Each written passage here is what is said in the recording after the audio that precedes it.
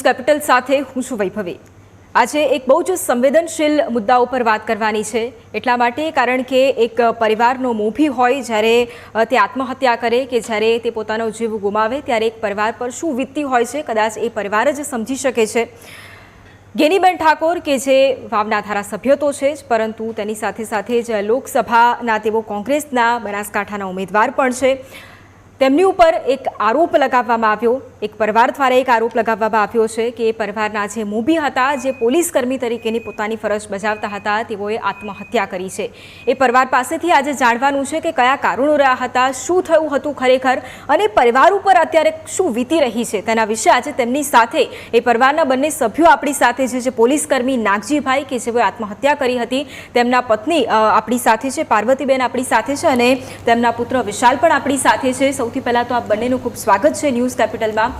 સૌથી પહેલાં તો વિશાલ, હું આપની પાસેથી સમજીશ કે તમારા પિતા કે જે પોલીસ કર્મી હતા, શું એ ઘટનાક્રમ રહ્યો કે તેમણે આત્મહત્યા કરી, શું કારણ હતું તેની પાછળનું? તમને જે કંઈ ખબર હોય, જે કંઈ વાત હોય તે તમે ન્યૂઝ કેપિટલના મંચ પર ખુલીને કહી શકો છો।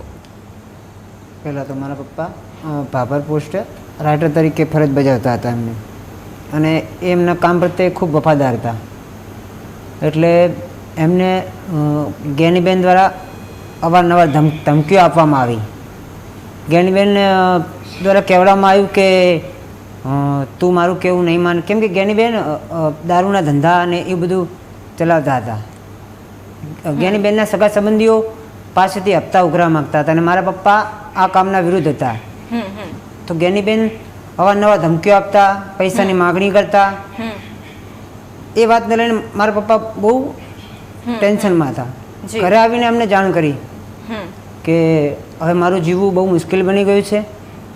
જ્ઞાનીબેન અવારનવાર ધમકીઓ આપે છે, પૈસાની માગણી કરે છે, તું અમારું કીધું નહીં કરે તો તારી વર્ધી ઉતરાવી દઈશું, નોકરી પરથી કાઢી મૂકી દઈશું અને તારી બદલી કરાવી દઈશું। જેના માટે મારા પપ્પા વિરુદ્ધ એમને અરજી પણ અવારનવાર કરેલી છે એસપી ઓફિસ, અને આ અરજીઓ એસપી ઓફિસ હજુ પણ યાદ હશે પોલીસના રેકોર્ડમાં, અને આ જ કારણો રહ્યા મારા પપ્પાને। પાર્વતીબેન, તમારી સાથે કોઈ એમણે વાતચીત કરી હતી? તેમણે ઘણી બધી વખત, કારણ કે વિશાલે પણ કીધું કે ધમકી મળતી હતી। હા, એ જ વાત મને ઘેરાઈને કરતા। હા, શું આવી રીતે જ કરતા, એમ કે જ્ઞાનીબેનનો અતિશય બહુ તરાસ વધી ગયો છે, આવી રીતે અવારનવાર બધી રીતે હેરાન પણ કરે છે। બહુ એટલું માઈને એવી જ વાત કરે, જાણે ઘેર આવે ને અઠવાડિયે 10 દિવસે એટલે એવી જ વાત કરે, મારી નોકરી કરવી, મારું જીવવું મુશ્કેલ થઈ ગયું છે, મને હેરાન બહુ કરે છે, હું નોકરી કરવા નથી માગતો, એવી રીતે વારંવાર મારી જોડે એની વાત કરે। મને એવું લાગ્યું કે આ થોડું કંઈ આટલો બધો એમ તરાસ આપતા હશે અને હેરાન કરતા હશે એમ, એવી રીતે ઘેરાઈને વાત કરતા। અને પાર્વતીબેન, તમારા ઘરમાં એ એક જ વ્યક્તિ હતા કે જે કમાતા હતા? હા, એક જ વ્યક્તિ।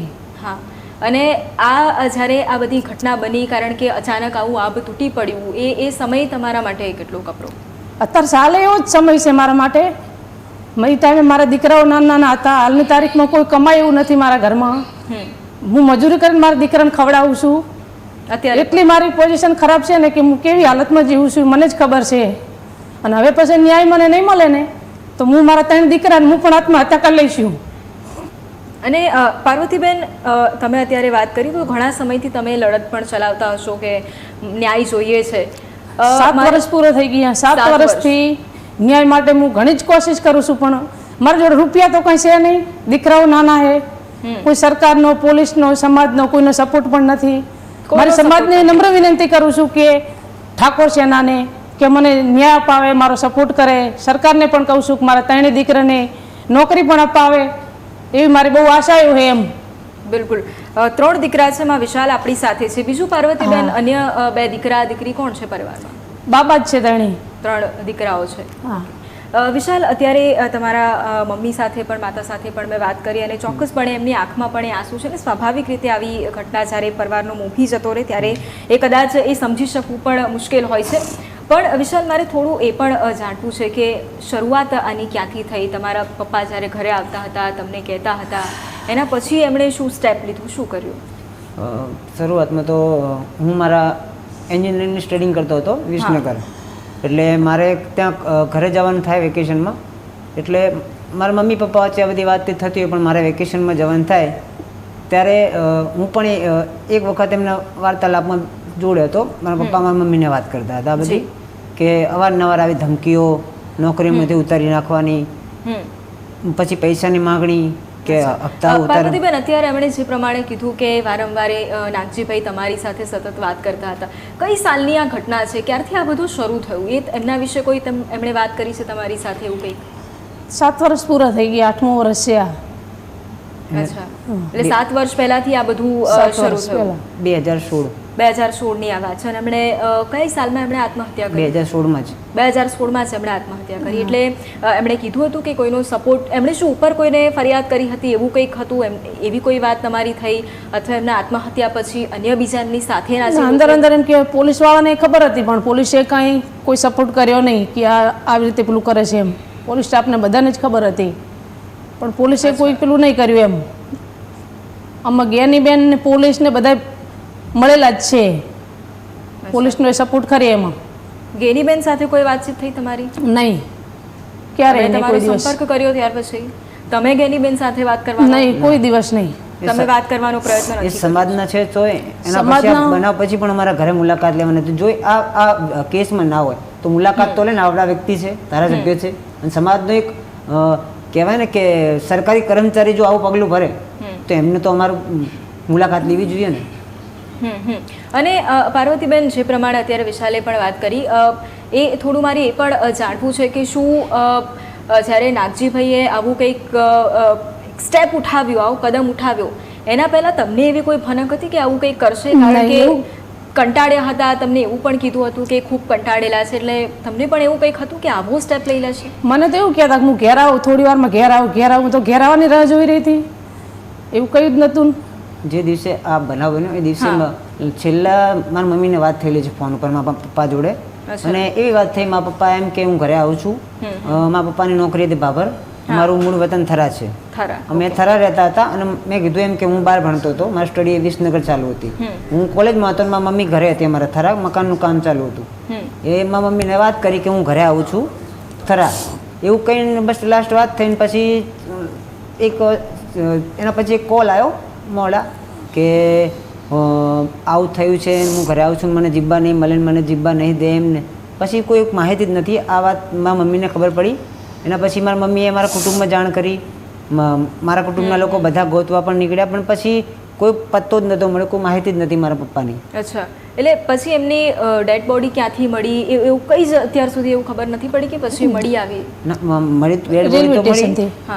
Railway station? હા, એક રેલવે સ્ટેશન હતું, પણ રેલવે ટ્રેક ઉપરથી એક ગામ છે એ બાજુ, સમથિંગ ગામ નામ યાદ નથી, પણ ગામ છે, ત્યાંથી રેલવે પોલીસે બોડી કવર કરી હતી અને રાધનપુર લઈ ગયા હતા. અચ્છા પાર્વતીબેન, અત્યારે વિશાલે છે એ પ્રમાણે કીધું કે એ તમને સતત કહેતા હતા કે આવું એમને છે, એમને બહુ હેરાન કરવામાં આવે છે, એટલે એમને શું એક ડર હતો કે તેમની પણ હત્યા થઈ જશે? શું એવી તેમણે તમારી સાથે કોઈ વાત કરી અથવા પરિવારમાં કોઈ? એને એવું હતું એમ કે હું કંઈક એમ કે નોકરી કરતા હતા, એટલે એવું હોય ને કે મારી જોડે કોણ પેલું કરશે, હું શું કરું આવું કરવું એમ, એવું થોડું તો હોય ને, એવું જ હતું એને. અચ્છા, હા. એમની સાથેના કોઈ એવા હતા કે એમને પણ આવી તકલીફ, એમને પણ આવું કંઈક કરતા હોય કે ફક્ત એમને જ? નહીં, બીજું કોઈ. કેમ કે મેં એમાં કીધું એમ કે મારા પપ્પા મારા એમના કામને લઈને ઈમાનદાર હતા બહુ, એમને આપતા અને બધું નહોતું લેવું, એમને નહોતું. એ મારા પપ્પા દારૂના વિરોધમાં હતા, અને એ જે જગ્યાએ નોકરી કરતા ને એ દારૂ વિરોધી બધું ત્યાં તમે જોઈ પણ શકો છો. એ વખતના દારૂના સૌથી વધારે કેસ મારા પપ્પાના થ્રુ થયેલા છે. મારા પપ્પાને બધું નહોતું પસંદ, અને જ્ઞાનીબેનના સગા સંબંધીઓ જે તે હતા એ લોકોને દારૂના ધંધા ચલાવતા અને હપ્તા ઉઘરાવતા. મારા પપ્પાને નહોતું કરવું, અને જ્ઞાનીબેન આના જ વિરોધમાં હતા. આના જ કારણે પણ પ્રેશરાઇઝ કરતા હતા. હા, બિલકુલ. એટલે પાર્વતીબેન, આમ ગેનીબેન ઠાકોર જે ઘણી વખત આપણે એ જોતા હોઈએ છીએ ટીવીમાં કે એ જે દારૂના અડ્ડા ચાલતા હોય ત્યાં પહોંચી જાય, સવાલ ઊભા કરતા હોય, એટલે એ બધું નાટક છે. સાચી વાત છે. જ્ઞાનીબેન પણ અમારા સમાજના હતા. જો આ કેસમાં ના હોત તો મારી મુલાકાત લઈ શકો ને, કે હું નથી, આ કેસ ખોટો છે. હજુ સુધી અમારી મુલાકાત, અમારા ઘરે અમારા કોઈના, મારા મમ્મીના સમાચાર લેવા, કંઈ પૂછવા કોઈ મદદ અત્યાર સુધી નથી આવ્યા. સમાજમાંથી કોઈ પાર્વતીબેન આવ્યું છે અત્યારે? નહીં, કોઈ નથી આવ્યું. પહેલા આવ્યું હતું જ્યારે આવું થયું એના? નહીં, એ વખતે કોઈ નહીં. સમાજના એ વખતે બધા જોડાયેલા હતા, પણ એમ કે આ બધા મોટા માથે એટલે સમાજવાળા બધા બિયાતા હતા, એટલે કોઈ અમારો સપોર્ટ કર્યો જ નથી, આજ દિવસ સુધી નહીં કર્યો.